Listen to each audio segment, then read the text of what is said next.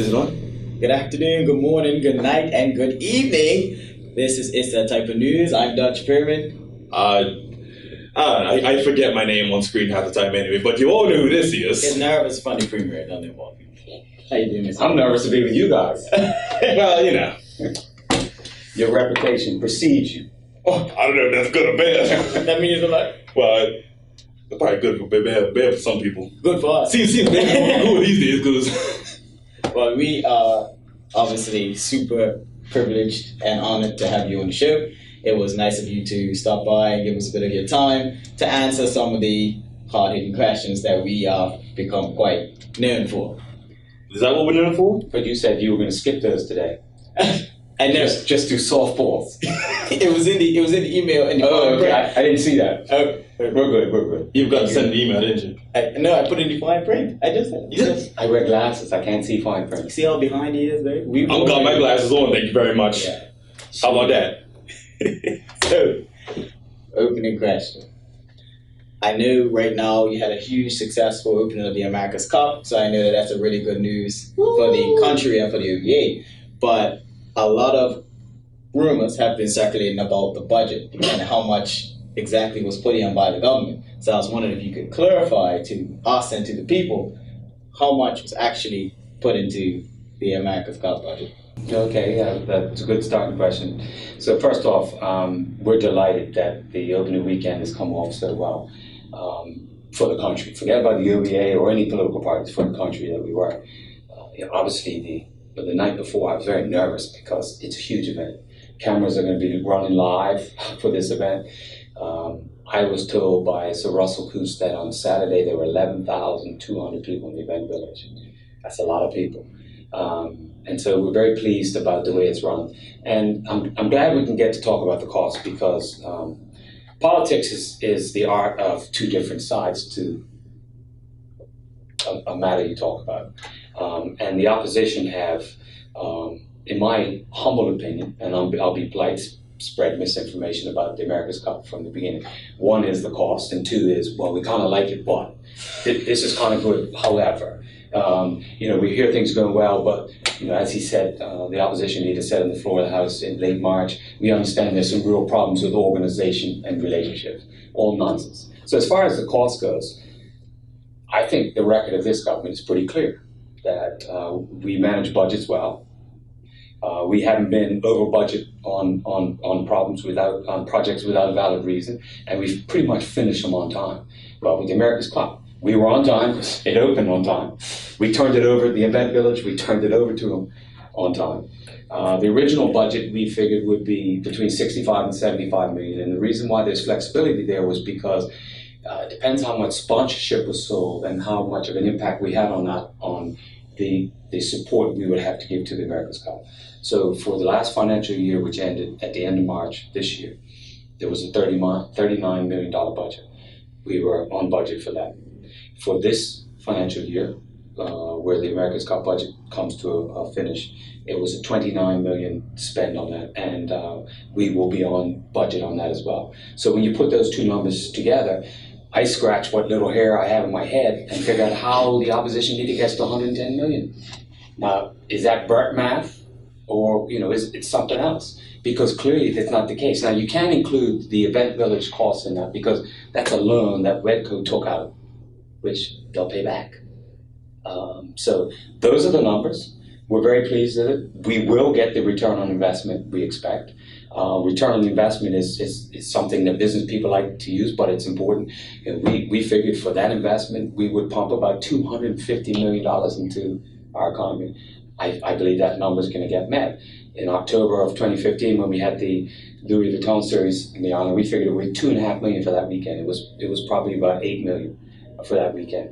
But also, we're getting the return we expect because Bermudians are involved and they're working.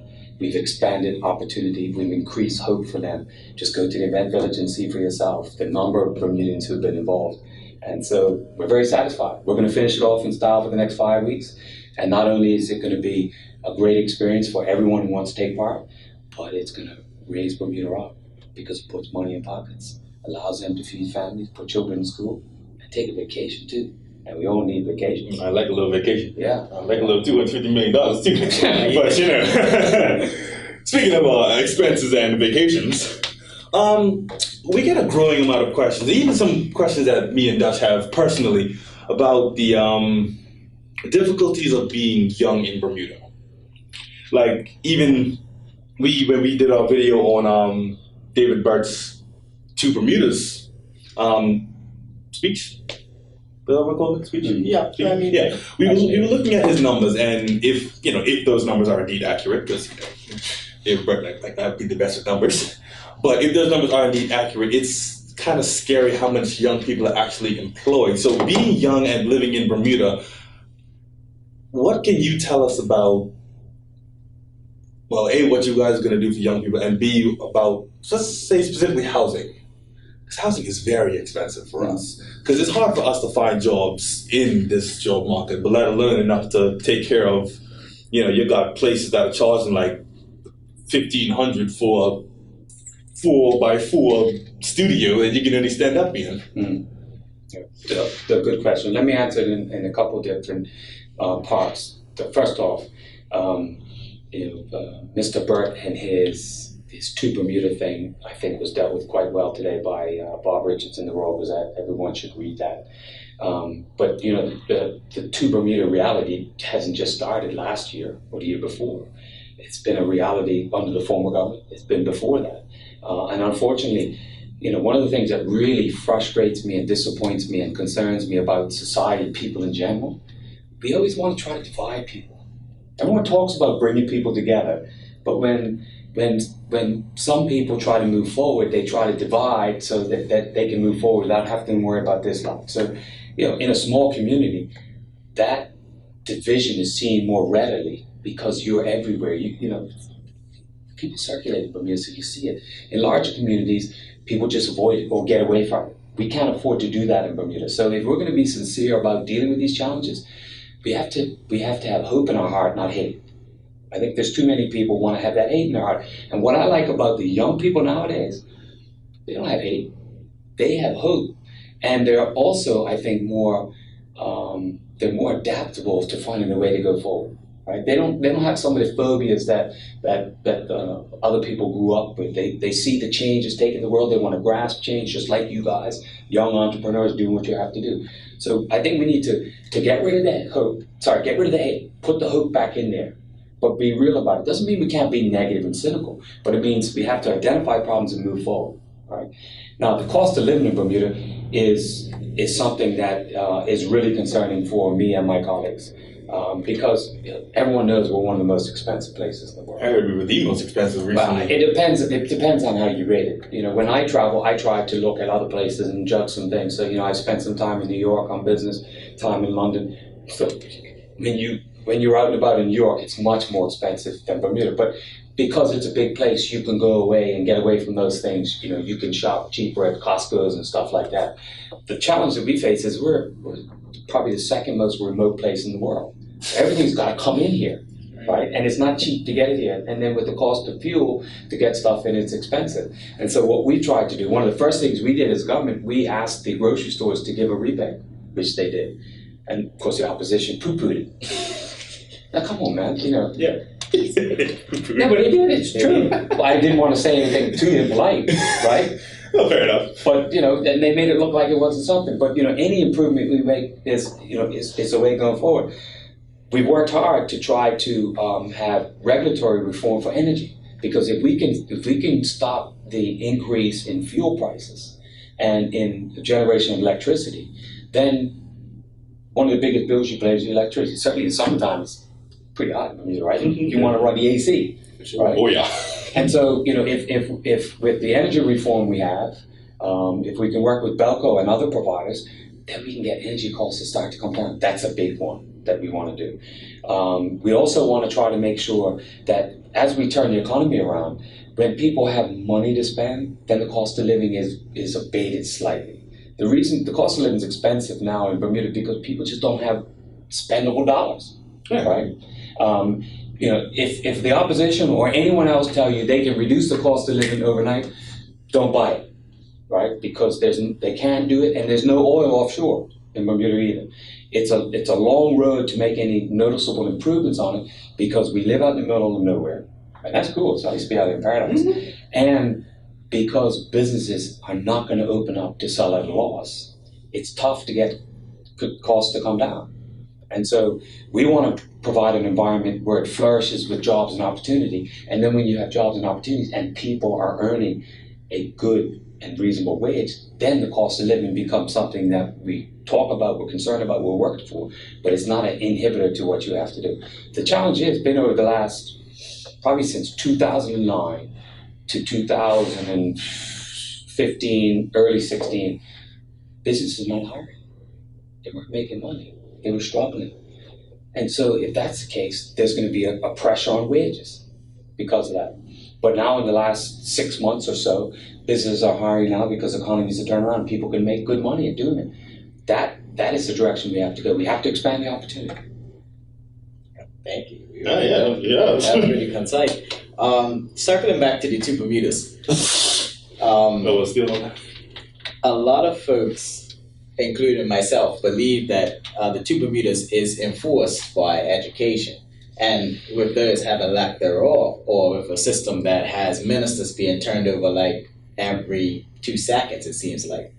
How do you and the One Bermuda Alliance propose to not only make sure that a minister actually stays in that post, but will make sure that education is reformed and that Bermuda's job population and the people coming out of school are able to be more appealing to employers and also to be able to be competitive on a global scale? That's a very good question, because what do we see in politics? We see politics take aim at tourism, education, crime, those areas, right? So one of the reasons why we created the BTA, because we wanted to try to take politics out of tourism as much as we could. And I think we've done a great job with that. Now, the minister still has overall responsibility because they set the budget. They have some direction. They can appoint the tourism, the BTA board. But if the minister changes, the vision and the plan of the BTA is not going to change based on that. Education is the same thing. When you've seen some of the challenges we've had in education over the tenure of the OBA, they always make it political. But as we saw with the appointment of the Education Commissioner, the opposition said from the get-go, after the former commissioner left, that we want a Bermudian. Of course, we do too. That's just natural, right? But they were acting like, well, the government doesn't want one, but the government doesn't make that decision. That decision is made by the Education Board. Now, it happened to come around that Dr. Evans got the position. I was happy because I know Dr. Evans' reputation, the work he's done in the school system. But what I think we have to get right down to the crux of your answer is we need to give the autonomy to the education department and the schools. It all comes down to autonomy and accountability, right? You have to allow them to make the decisions without the interference, and they have to be accountable for those decisions. So if you've got Principal X at Y school, Principal X needs to be able to make the decisions that are appropriate and not have somebody come behind and say, my little Johnny, had a problem. If you don't do something about it, I'm going to the department to, come down on you. We have to give them autonomy and accountability for them to change it around. And if you do that, the system will change. But there's a lack of accountability in the system. People complain about what happens in education, but it's up to us. I mean, they complain about the condition of the schools. All of a sudden, they didn't fall apart in 2013. Right? They had challenges in the schools going way back. So what did we do? Former Minister Scott, we commissioned a school report with the full agreement of the schools and the principals and the teachers and the unions to look at the system to see where we needed to make the upgrades and improvements. And that's what we're doing. They expect us to pull the money out and do all the schools at one time. It can't be done. So we have to work at it systematic and do it in the right way. And when there are problems within the schools, we'll fix them. But don't play politics with it like they want to do all the time. Since I'm on your show, and you guys are friends, but you guys can roast me on this. You recall at TN Tatum a number of months ago, the teachers came into school on a Monday morning and said they weren't going to teach because the school was in bad condition, there was mold and stuff like that. I was up interviewed by ZBM that night or the next day, and they asked me what I thought about it. And I said very clearly, I said, some of the teachers are being mischievous. They looked at me like this, and they spun it around. I said, you know why? Because when school closed on Friday, I'm not aware of any teacher telling the principal or the department we're not coming to school on Monday to teach because it's in bad shape. So they wait for all our students, our children, to arrive at school on Monday morning, and the parents go off to work, and then they say we're not teaching. Now, is that right? To have the children come into school and all of a sudden gotta call, granny or mommy up at home, hey, come pick up little Mikey because we're not teaching today? That's not appropriate. If there's it's a problem in school. I don't want children to be in a school that's not fit for standards. Come on, man. No one wants that stuff. So let's stop playing games with this, right? If we really feel serious about our children, we should tell people straight up, we're not going to school come Monday. They'll wait till Monday morning. That's not appropriate. So I'm not afraid to speak my mind, and they can twist it and turn it all they want. But I know what I said, and I'll stand up for what I said, because you know what? I have children just like those people in Bermuda. I know what it's like to raise children. I know what it's like when my children are sick, how much it pains me, right? So I wouldn't put anyone's child in that bed. Just randomly not coming to work. That sounds like something our friends at the union did with the buses a couple months ago. Remember that? I couldn't get to work that day. I see nothing. You trying to drag mud, man. What, man? Man, they've been dragging me under for. I'm gonna pull out the phone and read this one. This question's a mouthful. Oh boy. Oh man. Nah. That was fine print. Yeah. Oh yeah, this one's fine print, definitely. Yeah. This question is, why don't you and your team, I guess team meaning party, address/attack the racial divisiveness more to expose the false accusations, political propaganda, and rhetoric? That's deep. That's we'll go some deep. Well, I mean, you're seeing the polls in the Royal Gazette where it shows that majority blacks support PLP and majority whites support OBA. So that's a bit of context for that question. Yeah. Because that's exactly what the platform has been in society, in Bermudan society, for as long as I can remember. It's not even just that. It's like we get attacked because we all obviously black, and our opinions differ from the PLPs on occasion. So that is actually a very pertinent question. I do think that we address it. But let me reflect back. What is the One Bermuda Alliance? It was started as a diverse organization with people from all walks of life. Isn't it still? It still is, yeah. That's what I'm saying. And that's what's good about the OBA is we go into our caucus meeting and we have some good discussions on stuff, right? Which I like. I love the diversity in our room because I don't want people coming to, that's Premier, that's great today, that's fine. Don't worry about that. I want people to come up and say, no, I disagree. You're full of it. And then we have a discussion, we get to the best position going forward. And you know what? That's why sometimes on issues, it takes a little longer to get there because everyone's got a view, and I respect everyone's views. I'm not going to tell anybody, Butch, I ain't got time for you, man. I don't agree with you. I want to hear what you have to say because if you're sincere and you believe in it, I might be missing something. So I'm going to listen to that type of stuff. But, as far as the race issue goes in Bermuda is, I think the conversation always has to be had, but some people want to shy away from it. And some people don't want to make solutions to it because it gives them a crutch to lean on. And no doubt it holds people back. No doubt there's some people have some real challenges to it. But, in a small community, we all talk about change is needed. But change is the hardest thing in a small community because just when you get there, it's like May 24th. You're on the back, you're on the dock and you want to jump overboard and you go, wait a second, how good is she? I think it's May 24th. So you can jump or not. I would have jumped out to my run. You weren't going nowhere after that run. This man was dead. He was like, trying to give me some water. I can't make it. You're going to carry me. I saw him underneath the netball court. He called you out. He went right down the end and was just chilling in the shade. This is false accusations here. I have a video of it. We don't put fake news on this show. Oh my Lord. No, I was proud of you, man. I was proud of you because it was hot. It was humid. You did a good job. Thank you. It comes from the pre. We thought you was in that ambulance and that thing was coming through. We was like, yo, we're all. Don't interrupt the pre-book stories, please. Thank you. I appreciate that. Man, I was right on the question and I got praised. This one? Yeah, you can read it. I'm gonna put my yours might be a little bit better than mine. Yes, this one right here, the second one.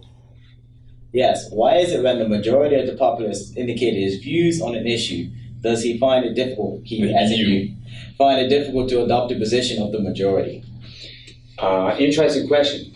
If I knew what the matter was, where there was a majority, they didn't specify. I can answer that, but I can't recall an issue. I kind of know what they're alluding to. I think whenever there is an outcry, or as you know, there is a strike or a protest, it's normally what folks refer to as a vocal minority. Mm-hmm. So I'm assuming that with this question, the person was referring to why is it that the OB normally remains very silent and very drawn back when they have the backing majority of the country, as the polls have showed, and as the fact that you won the election shows that you have the majority behind you. Mm-hmm. So I guess the question is pertaining to why is it that you guys kind of take a back foot stance when you have most of the country behind you? Well, if you're reading that question that way, I can respect that. But let me try to just put a little bit of context here, is that when you have tough issues to deal with, there are a number of different tacks you can take, right? So every day, like at the end of the day, the media call around and somebody said this, what do you want to say about it and stuff. So you're reacting to stuff on, sometimes at short notice. But on some of the major issues, like, for example, the other day when the teachers came to the Academy, pretty much unannounced for their silent protests. Some people said to me, well, why didn't you go down there and meet with them? Why didn't you speak? I said, well, I have a minister. The minister was right next door. We called him in, we sat down, we discussed what their issues were, got an update from the public sector negotiating team on where they stood. The minister went down and talked to him, and then he met with them. We made very little comment because, if they felt strong enough about marching up for whatever reason they want, we want to hear what they have to say because we want to resolve the issue. So I don't want to come out firing when we're still trying to understand what their concerns are and try to make a resolution. And so you have to decide, okay, what approach you can take. You can say nothing and deal with it. You're going to give some comment, or you're going to fire on it. It's like when the unions marched on the cabinet office about the tweed permit. People say, you need to come out and just lambaste them. Well, first off, if they want to come march and do what they have to do, the people will judge them themselves. I was doing my business. I was in the office doing my business, like every other day I would do. They want to stand out there and do what they have to do, that's fine. We felt strongly about our position. There was no need to say anything. But then when 3 individuals asked to meet with me, I said, sure, come on up. Had a conversation with them and listened to them. And then told them very clearly what I thought in that meeting. Now, they got upset after that because I went to the press. I thought it was the appropriate thing to do. If you come in to talk to me, I believe that people of Bermuda should know why you wanted to come in and talk to me about it. So you have to decide what to do. And sometimes in the beginning, you're best to hold it and then speak after. So it's just a judgment you make. Sometimes you get it right. Sometimes you don't get it right. But one thing, you never let it slip. You keep working at it. And I think if you look at where we are today, in the end of May in 2017, people have to say we move forward. We're in a much better position now than we were 4 years ago. And have we made some missteps along the way? Yes, we have. But I like to revisit some of those and go back hindsight 20, damn spanky. But I can't do it, right? I can't. When I go to sleep at night, what I did today is done. But I live and learn from it. But we're in a much better position. No one's perfect. And I'm not afraid to say when I made a mistake. It's tough. Sometimes I have to tell my wife she's right. That's tough, right? Yeah. Well, I tell her quickly though, because you gotta get that one over with quick. We've been married. She doesn't watch the show, I hope. Oh man. 36 years, she's right all the time. I've never been right. I know that feeling. Did you get that, honey? We're gonna take that after that. I mean, because of that question though, it's another one I've been seeing circulating. I should have stopped, shouldn't I? Oh my god. It's another one I'm seeing circulating, and it's to do with debating. People want to see a house debate between you and the opposition leader David Burt. Y'all should let us host it if you do it. He hasn't even agreed to it yet, but I'm saying that is a lot of people are saying that they feel like you don't wish to debate Mr. Burt. Who said that? a lot of the people. Yeah, you know why? One is they probably would love to see it in anticipation. Two is they're trying to draw me out. But I've never backed down for anything in my life. And I would think that the opposition leader be the one who wants to stay away from me. Right? Because I've been around just a little bit longer. And I believe the record has proved that we can stand on our feet. So I have no problem with it. I've never run from a problem. Wait a second. I'm not the Premier of Bermuda. So if there's a problem, me and my colleagues have to deal with them. We don't run from them and say, park this one over here. We can't touch that. So, well, how about that? How about that? I knew that that stems from the fact that it's a campaign run and saying that because you hadn't won an election or by-election, that you would shuck from debating the opposition leader. That's interesting. So let me look at it this way. I've lost one election in my life, and that was in 2007 in constituency number 10. I am the only MP, I believe, in the history of Bermuda who's won 3 separate constituencies. Now, the opposition like to say, well, he may not have any leadership and, he never won an election. This is not U.S. presidential politics, and thank God for that, right? We know what they went through, right? We have a Westminster system here where everyone runs, and the party that has a majority appoint the premier to lead the country with the cabinet. That's the deal. So they can try to spin it wherever they want. I think I've provided pretty strong leadership in everything I've done in my life. Look at my family. Been married 36 years, and as much as my wife probably want to get rid of me, we're still together, raised 2 children. I run a business who employs 100 Bermudians and have a good record of nurturing, employing Bermudians and allowing them the opportunity to move forward. Been in politics, won 3 separate constituencies. So if they want to talk about it, just let it go. I'm not worried about that type of stuff, right? The people have their say in 36 constituencies, and at the end of the day, the votes will be counted and we'll move forward as a people. So last thing I will say about it is some of the best leaders in the world took licks from time to time. And I follow a lot of sports because I work so hard. My off time is sports, so a lot of the people that I live and learn from are sports personalities, like Michael Jordan. Michael Jordan, when my daughter was growing up, she was a big fan of him, and I just watched this guy. And I wondered why he won 6 championships, because every year he worked hard, right? And I remember one time he said, well, do you get nervous when you play? Even now you won 5 championships. He goes, I always get nervous, because if I'm not nervous, I'm not ready to go out to court. Look at Winston Churchill. He lost an election after he won the war. So, losing happens to everyone. Show me somebody who's never lost, and I'll show you somebody who's never competed and never done anything in their life. So I'm not afraid to stand up to my record. I'll put my record up against just about anybody, especially the opposition. Well, how about that? Yeah, I like that. And I'm not saying that beating my chest. I'm just saying I'm 58 years old, and I'm not going to run and hide from stuff. I've been living in Bermuda all my life. I'm proud to be Bermudian. Yeah, I'm a well-off white guy. I can't change that. But I still busted my tail in the community and helped people. And I'm not going to ring a bell about all the people I helped, but I didn't have to get involved in politics. You guys probably were just born at that time. When I got involved in politics in 1997. No, you weren't. No, I was alive. Growing inside your mama doesn't count as being alive. 94. So anyway, so the day I put my name forward to run in a by-election, the editor of Royal Gazette wrote an editorial about me. Some rich white boy who shouldn't be involved in politics, something like that. It crossed me. I said, wait a second. I hadn't even done anything yet. He wants to tar me like that. But no problem. You just have to stand up and keep working.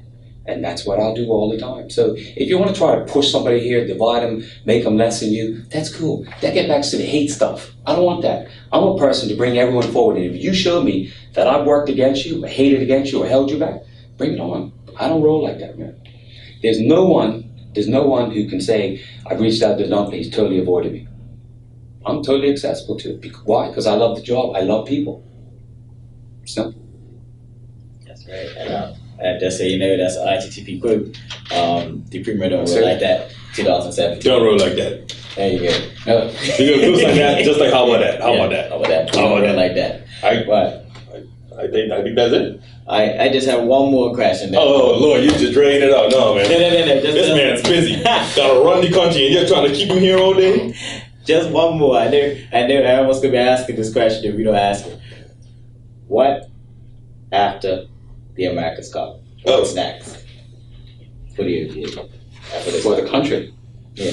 Well, life goes on, and we've got a tremendous amount of progress that's been taking place. So we're going to finish the jobs that we have in the pipeline. I know in your lifetime, and I'm saying this seriously, but I can go back even to my lifetime. I have not seen a major project like the airport and 2 hotels being done all at one time. Just doesn't happen. So those are huge things we got to get done. And what's good about them is they're all in various stages of completion. So Morgan's Point started early. They probably got a couple hundred workers up there now. It's a huge project. We'll go on for a couple of years. The airport started in the middle of those 3 projects. They're driving piles now, and so they're going to be ramping up their employment. St. George's Hotel, same thing. So those 3 projects, we believe, are going to create an abundance of opportunity for people, but we have other things in the pipeline because, let's face it, when I came back and got involved in business, the success of today doesn't mean anything tomorrow. And so when you're working for people, I say it all the time, and I'll keep saying it, if I solve 1 challenge today or create 1 opportunity today, I got to do 2 tomorrow. And so after the America's Cup, we're going to keep moving forward. We're going forward together and not back. And the country now starts to see this momentum.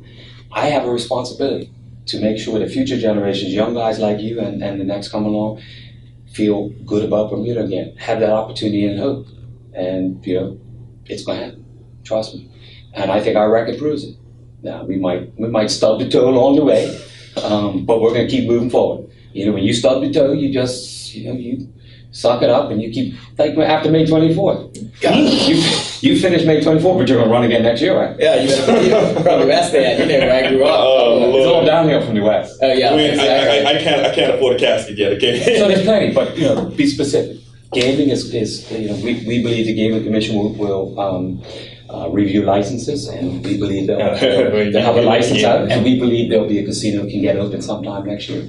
We still have some exciting announcements about further developments in Bermuda, so there's a lot to do. So I'm really happy to hear that you guys have a lot of things ready to crank out, because I think the mistake that a lot of Bermudians make, either in opposition or in support of America's Cup, is too many people almost treat it like it's a silver bullet. No. Like this, it ain't gonna solve all of our problems. No. Yeah, it's one thing that's gonna help out the island, but you gotta immediately roll out the next thing right after that. Like, we've had a few conversations with a lot from America's Cup on the show, but yeah, I'm happy to hear that. No, it's not a silver bullet. But what was exciting about the America's Cup, and when Minister Gibbons came into cabinet, and he said, "Guys, we have an opportunity to get the America's Cup," we all looked at him and were like, "Wait a second, has Woodstock lost it?" That's what his nickname is. Sorry, maybe I shouldn't say that. Look, we gotta take a couple people in this video today. No, but then when you look at him, he's a dedicated person, very successful person, a clear thinker, get things done. So wait a second, if he thinks that the opportunity of this is worth the risk, we'll do it because it will help us move forward. So with the America's Cup, there's a lot of infrastructure that had to be done in Bermuda. The America's Cup allowed us to springboard that forward. So in the West End was falling apart, and work had been going on for a number of years on the West End, with the cruise ships up there trying to reinvigorate the dockyard area, getting businesses up there. This allowed us to push it forward a little quicker. So when it's all said and done, we still have a footprint. We can still move forward. And as you saw Larry Ellison say on the stage on Saturday night, if we're fast enough, we're coming back. I don't forget. How about that? How about that? Thank you so much, Mr. Thank you very much, Mr. Premier. Appreciate it. And I appreciate you guys, because I know it's a tough job when you can't please everyone, but we know that. No, but you have a good flair. You have a good flair about it. I'm pleased to see young Bermudians getting involved and not afraid to speak about touchy subjects, because as a small community, we need to be more open and real. And you guys do it in a polite way. You're not harsh and vitriolic. You do it in a private way, so people should respect that. I know you're going to take the mickey out of me once in a while, but that's cool. No, at least you know. Yeah. Thank you guys. Good luck. Yeah, no problem. It's great to be on the show. We appreciate you. Thank you guys. Cool. This has been It's That Type of News. I'm Dutch Pervin. And Remember your name. Nah. I got time to remember my name, okay? I'm drawing it out. I'm the one drawing it out. Either way, have to say thank you to our sponsors.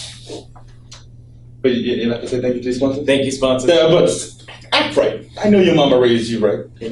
Either way, we have our new sponsor, Choices, which is the... Which Choices, Steve?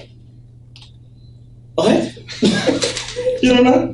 Oh, I don't know anything is. You know I suck at directions. It's in Tom. You will live here. I go Premier Status and Tom. Choices is in Tom. There you go. They gave me this nice shirt today. Go pick up one from... Pretty cool. Oh, It's right around the corner. Right around the corner. Get closer. Yeah, we're gonna make it there. We're gonna get there one way or the other. No, remember, we gotta take Mr. Dunkley, Mr. Gibbons, anybody else? What's up? Oh boy. He's gonna run up there saying, you call me what? Ask him why. I'm not coming to that. I am curious as to why, because I think Woodsides, I think Jimmy, but you're pretty close. Good night. Yeah, thank you. Good Bye. night.